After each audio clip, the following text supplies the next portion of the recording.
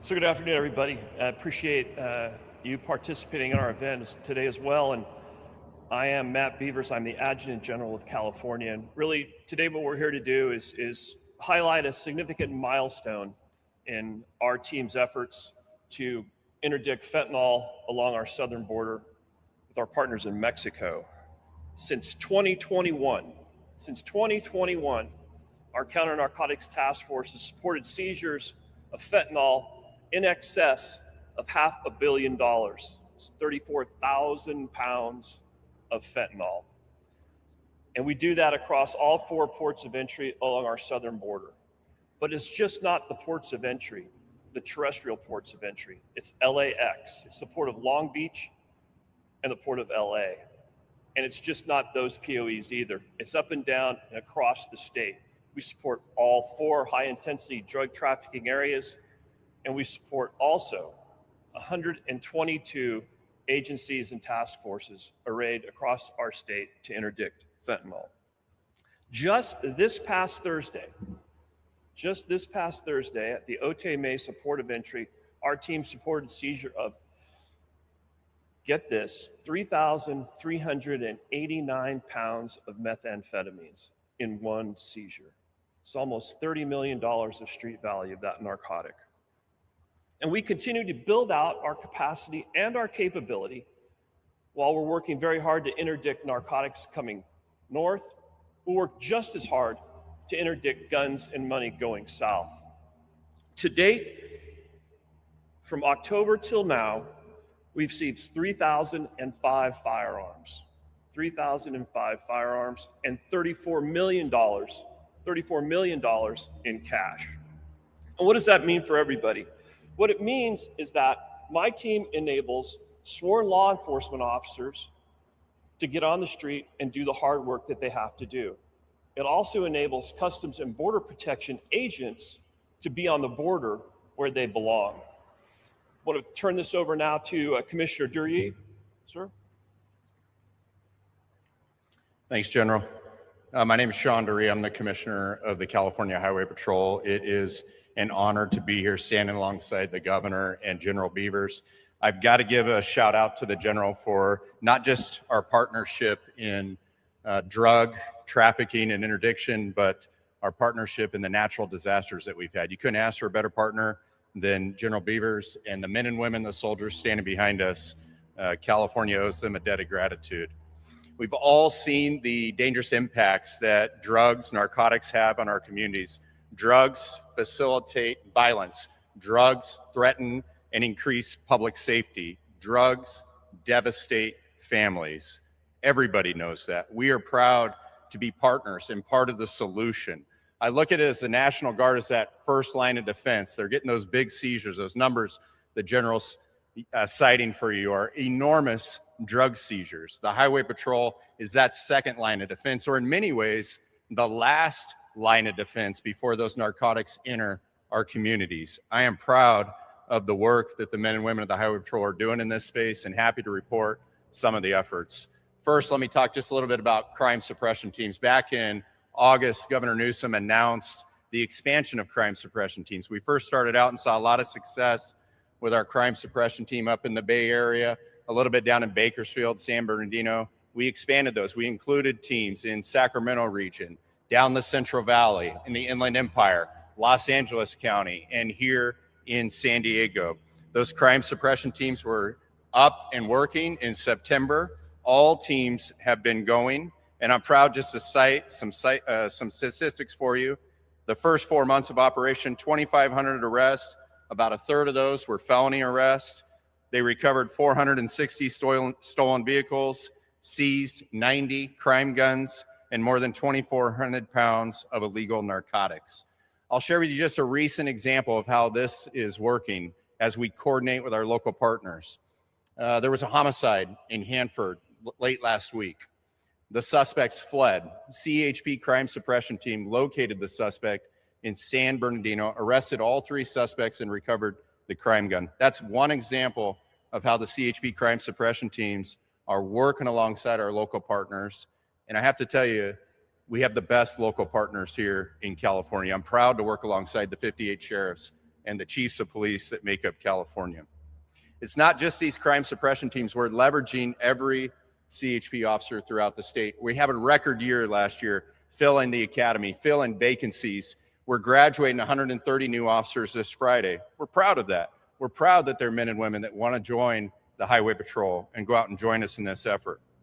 We challenged them, every one of them, to look past that contact, look towards criminal indicators.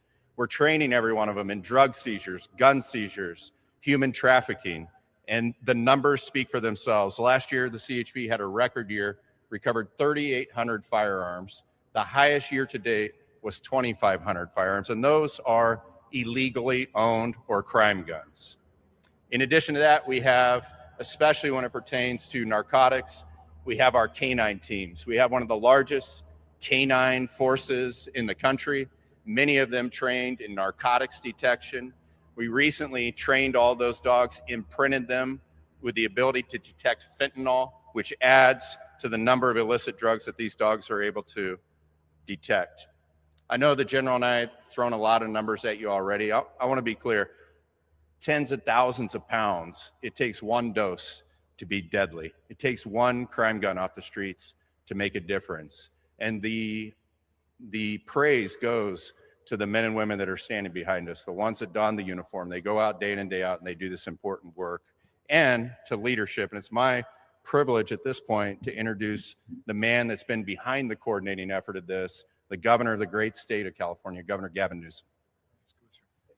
Thank you, Commissioner. Thank you, General. Thank you, all of you, for opportunity to update you and talk a little bit about what's happening, not just behind the scenes, but increasingly in more public ways, particularly with the crime suppression teams that the Commissioner was just referencing. Since 2019, the state of California has invested an increment of $2.1 billion of additional resources to focus on interdiction drug efforts, as well as prosecutions and investigations throughout the state of California. Many different programs we've announced along the way, including supporting 55 LEAs, local law enforcement agencies, with vertical prosecution grants and grants to provide them flexibility at the local level, $267 million, in fact, just over the last few years, to advance those efforts, to build partnerships, to build capacity, and to build out a framework to get more aggressive as it relates to our crime suppression, investigation, and prosecution efforts in the state. But one of our areas of stated focus was on the issue of fentanyl, and that goes back to 2019 as well. I had the privilege of working with the General and others to advance a number of these task forces back in 2019, to take them to another level in 2021, and to advance them further in 2024. Some 392 National Guard men and women are working proactively, supported by state general fund support, unprecedented support, to advance our transnational drug efforts, to focus on interdiction, and to develop a more rational approach to addressing the issue of fentanyl. As the General rightfully said, some 50.6 million pills now have been seized, a total street value of $506 million, close to $500 million. 34,000 pounds, 34,357 pounds to be exact, has been seized since these operations, a milestone that we thought was important to share. $500 million, 34,000 pounds that have been seized since these operations were advanced. We're involved, as the General said, in 122 different task forces throughout the state of California. I often say of the California Highway Patrol and the National Guard, they're like Swiss Army knives, doing so many things beyond which you typically would expect them to do. We're proud of those efforts. We're proud of those partnerships, but none more proud than, as the Commissioner advanced, the efforts to integrate what the General's doing and what the California Highway Patrol themselves have been doing. The Commissioner mentioned a number of years back, we initiated the first suppression teams in San Francisco. It was also a fentanyl operation in partnership with the National Guard. In fact, we embedded JAGs in the district attorney's office that are still there today, advancing some of our investigations in partnership with the Department of Justice, in partnership with federal agencies in partnership, obviously, with the District Attorney's Office and the California Highway Patrol. That first effort, within a matter of months, was able to seize 700 pounds of fentanyl. Within the first year, over 500 arrests were connected with those CHP operations and those operations in partnership with the Guard. As a consequence of that, we advanced those efforts into Oakland, and then we scaled those efforts into Southern California and parts of San Bernardino. You heard the commissioner talk about some of the other areas that we advanced those partnerships. Now, throughout the state of California, these crime suppression teams have proven to be wildly successful in terms of aiding and abetting and supporting local law enforcement agencies and other federal partners. So it's all about partnership. It's all about capacity. We're producing real results. These numbers speak for themselves. The mitigation in terms of the lives lost is, outsized. That goes without saying, but significant advancements. And I just want to express gratitude, appreciation for all the men and women in uniform behind me, for their resourcefulness, to the members of the legislature for providing the resources in this space. And we want to continue to make the case. This is what the National Guard should be doing. This is the kind of partnerships that make sense. And I'll close on that. We were very proud in 2019 to support our Border Patrol as it relates to efforts to relieve Border Patrol from doing a lot of this work so that they can have the opportunity to do the work that they're hired to do. And these efforts have strengthened those partnerships and have allowed us a lot of information sharing and a lot of advancement in terms of our larger counter-narcotics efforts. It's the kind of thing that we should be doing more of. It's not preening. It's not about politics. It's not about creating anxiety and fear. It's not about showboating.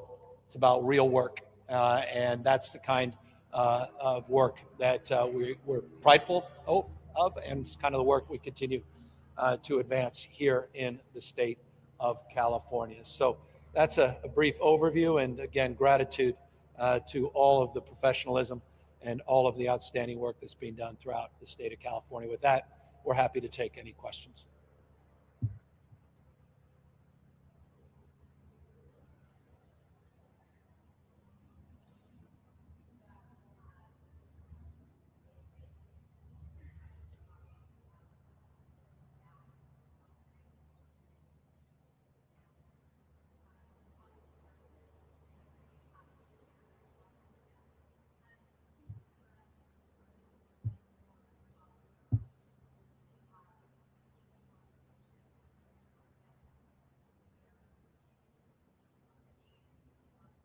Well, he hasn't left the state, and I'll remind you, it all happened here first, and we didn't wait till the inauguration. We saw during the transition a gentleman by the name of Bovino, who was in parts of Central Valley, beginning the process to exercise his unique approach to lawlessness. He's been litigated, lost in an earlier court decision. It's been showcased now across the United States. But he did that during the transition. We saw what happened here in San Diego. The first raids on a restaurant where you saw a lot of crowd control and suppression techniques. It was a Friday night. Restaurants that were raided here in LA. Of course, we saw the federalization of the National Guard, hundreds of millions of dollars wasted of taxpayer, hundreds of millions of dollars wasted of taxpayer money. We saw 700 active duty Marines that were not sent overseas, were sent to the second largest city in the United States, Los Angeles. We saw thousands of National Guard men and women, by the way, who are police officers in their own right, firefighters, nurses, doctors, caregivers that were sent to the armory. They had no particular purpose. They were there for purely political purposes. And we saw them paraded around. We saw Bovino move to other states. We said at the time, that was a preview of things to come. I'll remind you, we were down at the Democracy Center in Little Tokyo. We were announcing the kickoff of a campaign that ultimately became Proposition 50. There was a guy in masks, a mask, along with others. Greg Bovino was out there trying to intimidate people from walking in. We said that was a preview of things to come as well. And so he's sent back to California. We're hardly celebrating that. This is a guy who literally goes on eBay and tries to find 1930s outfits. And he's exposed himself even to Donald Trump, who basically fired him and to send him back home because of his abuse and the lawlessness that he perpetuated and the gross incompetence to which he was doing his job. I'm shocked he still has his job, though I'm also shocked Kristi Noem still has her job, though she seems to have been pushed aside as well. Tom Homan, ironically now the adult in the room, has been sent to Minneapolis. But no, to your question, and forgive the long-windedness, I just wanted to contextualize it and remind people of where we've been here in California, because this is the origin story of Trump 2.0. They're still out there actively. They're still out there actively terrorizing diverse communities. And I don't use that word lightly. I just left the border. I just left a community meeting. I just left meeting people representing all our diverse communities, many diverse communities in the state of California, giving me chapter and verse about how ICE is still conducting operations around schools, chapter and verse around how the community and nonprofits have to go in because they take leaders of a household and now they're got children that are running the household that don't even have power of attorney, don't even know how to pay rent, providing grants so they don't lose their homes. I was hearing chapter and verse around the abuse people have received, abuse coming in many different forms. American cities disappearing and then being told they're on their own, their cell phone gone, their ID gone, and they have no recourse, no money to get back from where they have been shipped off. They just have to find their way back home. That's one type of abuse. The other kind of abuse, coming back with bruises, with no recourse, no capacity for justice. The abuse that is the trauma that a young kid feels when the gun is put to their head. You saw that example up in LA. Again, it was one of the first examples about a year ago. Disabled kid waiting for his sister to come across the street from school, and they put a gun to the head of a disabled boy. The trauma that is permanent, that is being perpetuated by the lawlessness of this administration. It's still happening all across this country, including here in California. It never disappeared. If you think I'm overstating it, 1,500% increase in the number of arrests. Cal Matters just came out with this new report versus the year prior. All happening, but without the fanfare of what you're seeing in your living room and on your screen happening in places like Minneapolis. So forgive me, but you can't spend time with real people and not feel their pain and not feel that trauma. Donald Trump doesn't understand that. He's never done that. He's never sat down with these folks. The recklessness, the impact across the spectrum, people that are scared. We talked to a community leader who literally sits on a board. Thank God a member of the board is a doctor, because they couldn't convince a young woman here legally to go to the doctor. She had a medical condition. She was so scared of being racially profiled on her way to the doctor. She refused to go to the doctor. And they were giving me an example, telling me that story. I can give you story after story. And this was only an hour-and-a-half meeting. Dozens and dozens of examples. That's just here in your backyard in Chula Vista. Imagine what's going on across the rest of the United States. So this has just got to end.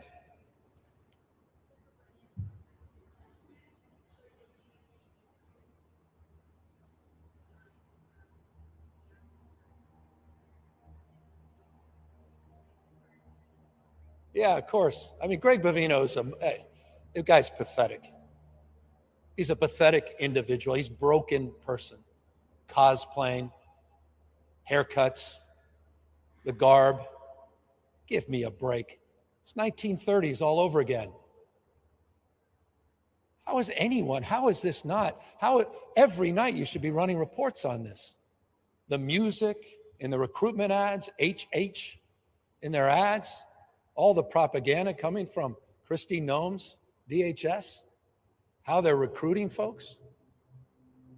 Look at the way this is serious.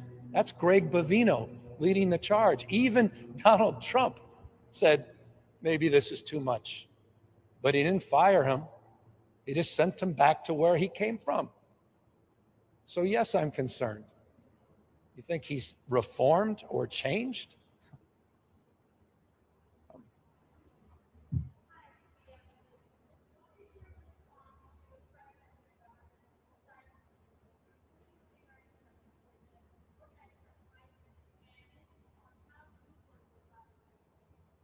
Well, we've had a great relationship, and let me highlight that relationship.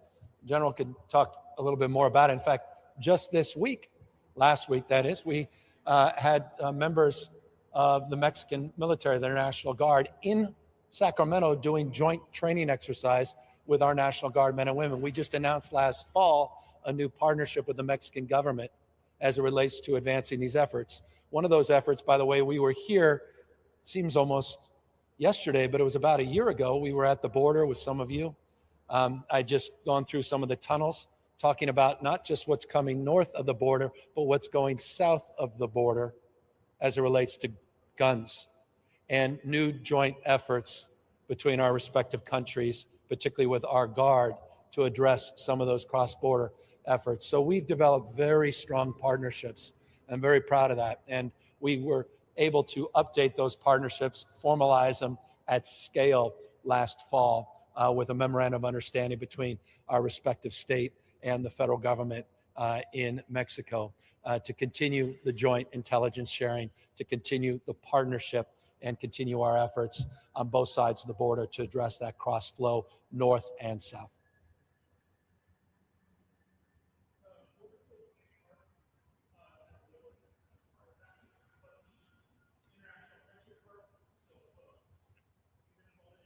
Yeah, it's been, I appreciate it's been some time. In fact, the last time it was, it seems now about 6 or so months ago, talking to Senator Padilla a little bit about Friendship Park. So I don't have any updates for you, but happy to provide that shortly. Appreciate it.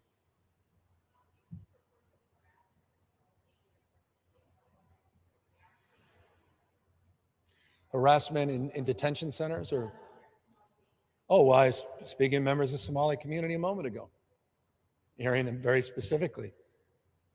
Now, I don't want to parrot the language that was shared because I don't have the benefit of objective facts. I just have the benefit of the perspective of the community. I'll share that perspective of feeling under siege, of feeling that there's no accountability for what they feel is vigilantism. People that are not identifying themselves, that are now held to any account. They don't know if they're legitimate agencies, law enforcement, or illegitimate, just someone trying to play a role. They don't fully understand what their rights are, and they're not fully convinced that, and the reason they wanted to meet with me, that the state and local government is doing enough for them. So that was expressed very intimately to me around specific examples down here in Southern California. And I'll be following up with many, many pages of notes with those specific concerns with my team when I get back to Sacramento.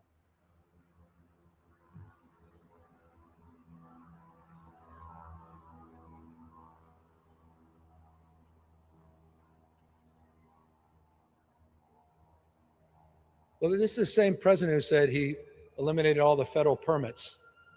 And you know better than anyone which ones they don't exist. He lied about that.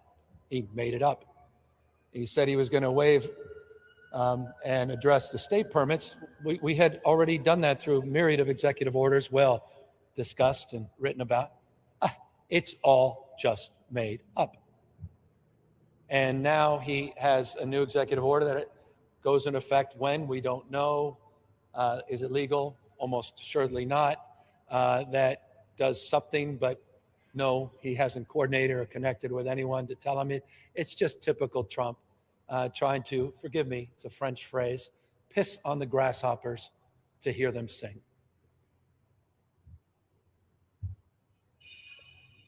And by the way, forgive me, we are fully focused on fast-tracking the permit process in Southern California.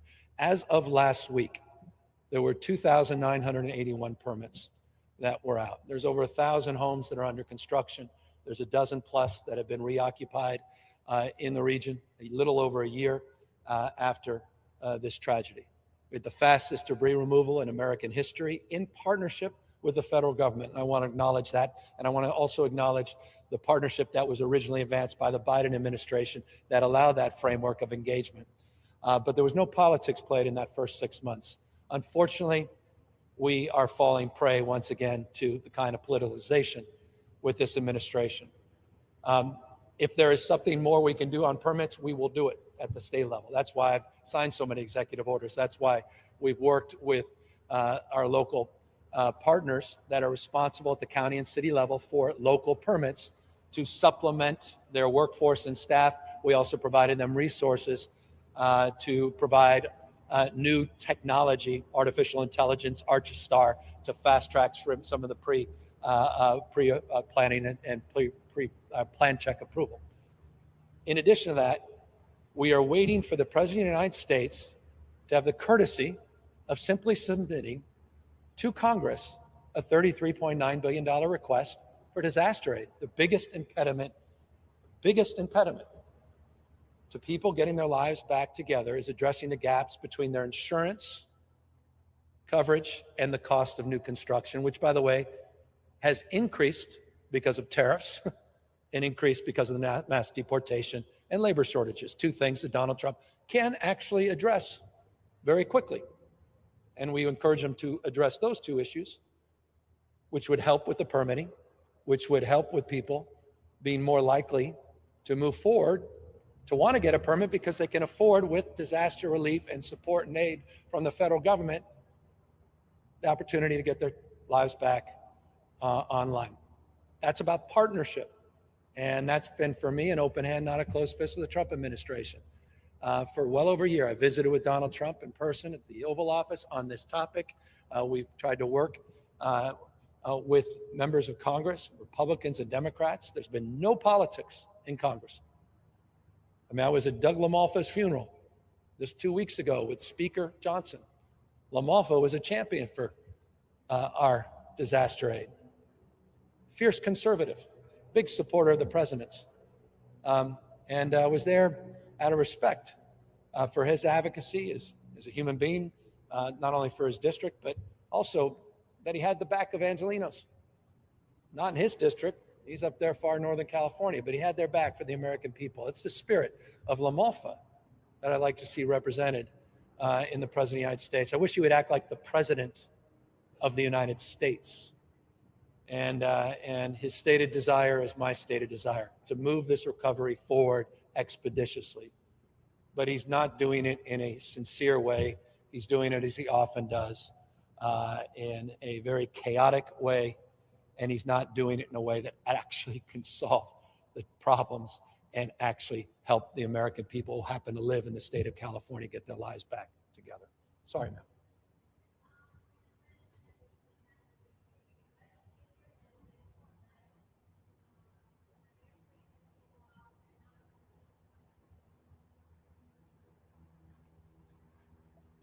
My message is the one I share very publicly. It's what I share privately. We have their back, and we're going to keep coming back.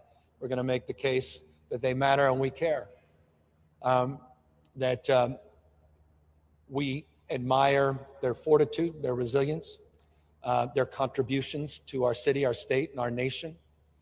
That we are the most diverse state in the world's most diverse democracy, that the world looks to us, I believe, to see that we can live and advance together across our differences. 27% of this state is foreign born. So our state of mind is very different than the president's. And we celebrate those contributions. We don't tolerate them, and we sure as hell don't look past people or down people. We're committed to working with this administration to go after dangerous criminals. That's not what this is about. We're committed to work with this administration to address legitimate public safety concerns. But that's not, again, what this is about. This is about terrorizing community. It's about chaos. It's about fear. And it's about all the ancillary impacts of that. And they know exactly what they're doing. And those impacts are real. And they're traumatizing for legal residents of this state, for American citizens, not just people here that have been here 20 years in a mixed status family contributing to the vibrancy of the state. We met with business leaders that are being impacted by what's going on, the economy being impacted by what's going on. So all these things are well known, but what's not well known are these individual stories. And I just don't know how you can be a human being and feel any sense of pride or patriotism with an angelic boy who's 5 years old that was sent to a detention center down in Texas. What pride or patriotism do you feel in that? That's Donald Trump's America right now. And so we all have a responsibility to stand up. And so I told the folks in that community meeting that I have their back, and I mean that. And when I say we're coming back, we'll be back every single day to defend our values in this historic project that our founding fathers established some 250 years ago. We believe in the rule of law. He does not. And the one thing that every single story had in common is the rule of Don, not the rule of law.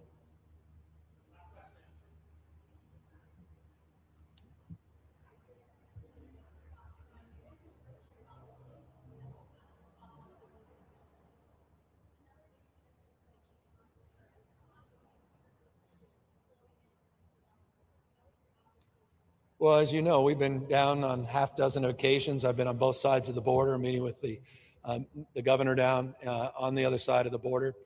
We've had many, many events. We procured, as you recall, or rather received from the federal former administration, $453 million. I wasn't prepared for this question, but I remember that number, $453 million from the Biden administration.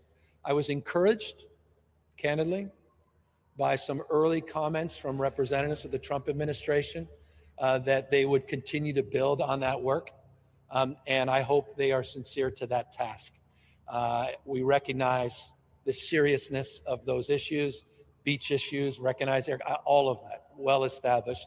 And the state is doing everything in its power, working in partnership with Senator Schiff and Padilla, our congressional delegation, to make sure that the federal government's role and their responsibility in this effort, that folks here can rest assured that there's no politics being played. And that's, again, my commitment.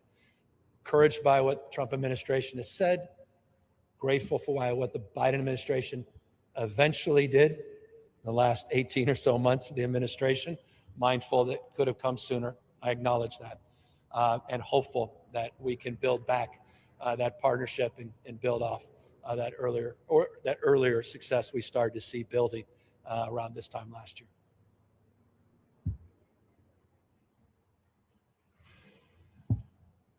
I think I'm responding to your own reporting.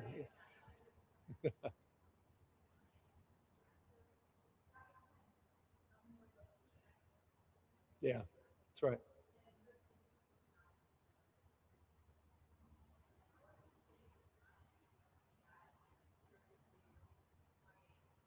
That's why I was meeting with the community. We, as you know, have a well-established system of legal aid, legal support. I did a special session, you may recall, not this December, December prior. In that special session, we not only fortified our litigation posture in anticipation of the assault on many of our programs and federally funded support, but also provided resources, tens of millions of dollars, for a lot of our community-based organizations throughout the region. And so we were checking back in on the distribution of those funds, the legal aid being among many component parts of that. These hubs are established to provide all kinds of counseling, mental health support. I gave you an example of a specific example of someone they were providing support for with cash grants so they could pay their rent because their father has disappeared and there was no one else in the family that would take care of the household expenses. Those are all component parts of state-funded programs in partnership with fill in the blank, Jewish Family Services, Catholic Charities, many faith-based services that we're knitting together. So that was one of the stated purposes of the meeting I just had down here, and what more we can be doing.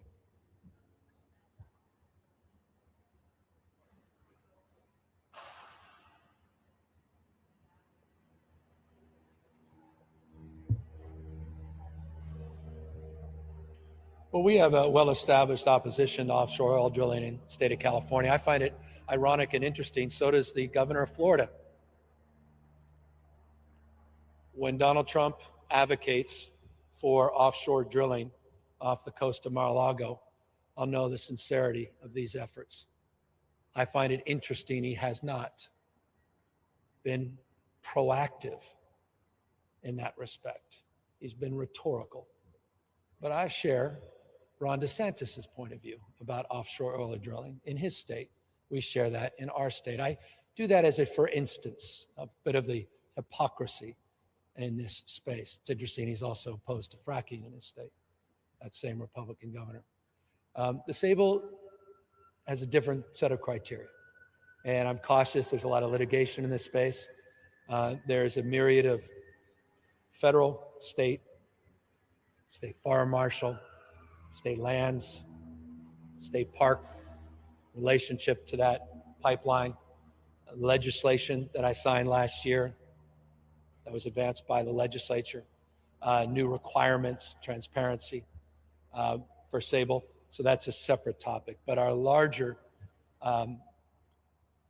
perspective was not only shared by the prior two administrations, but two other governors on the West Coast who signed a joint letter with me last week, Governor Ferguson and Governor Kotek of Oregon and Washington, that signed a joint letter expressing their opposition, collective opposition in the Western United States on the West Coast against offshore oil drilling. So we reinforced that framework, and will continue to advance policy that's been well established in the state for decades now.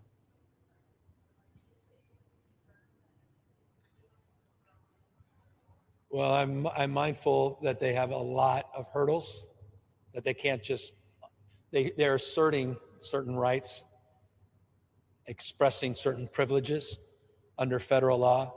There are a lot of other issues that they likely will confront. Again, mindful of the litigation posture. Those are laid out in my comments around state agencies. I was being specific in those three instances and cases, and obviously the legislation that the legislature got to my desk last year that I signed. But they are being as creative as you could imagine Chris Wright to be, and are asserting rights that will certainly be challenged. And we'll see where that process unfolds as they actually make decisions, not just make announcements. Oh, sorry. Well, we've been working actively. We had, as you know, a few weeks ago, news on Valero as it relates to being an import terminal.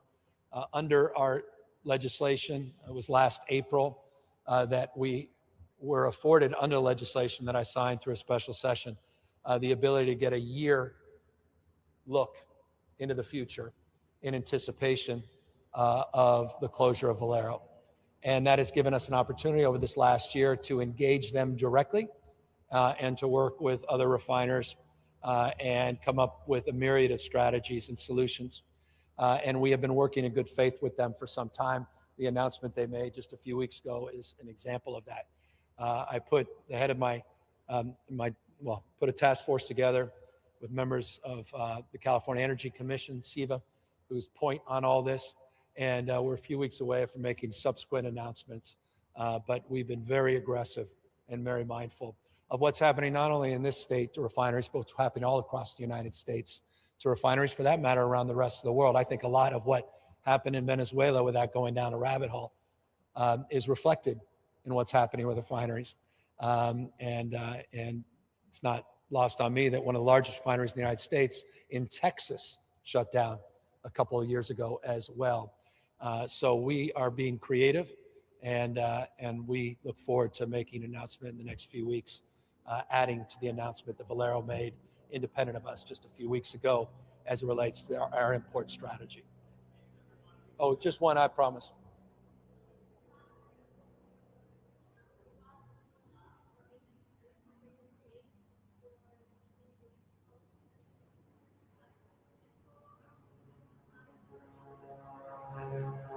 Impossible to hear you, but I picked up on a little bit of that. Forgive the planes in the background.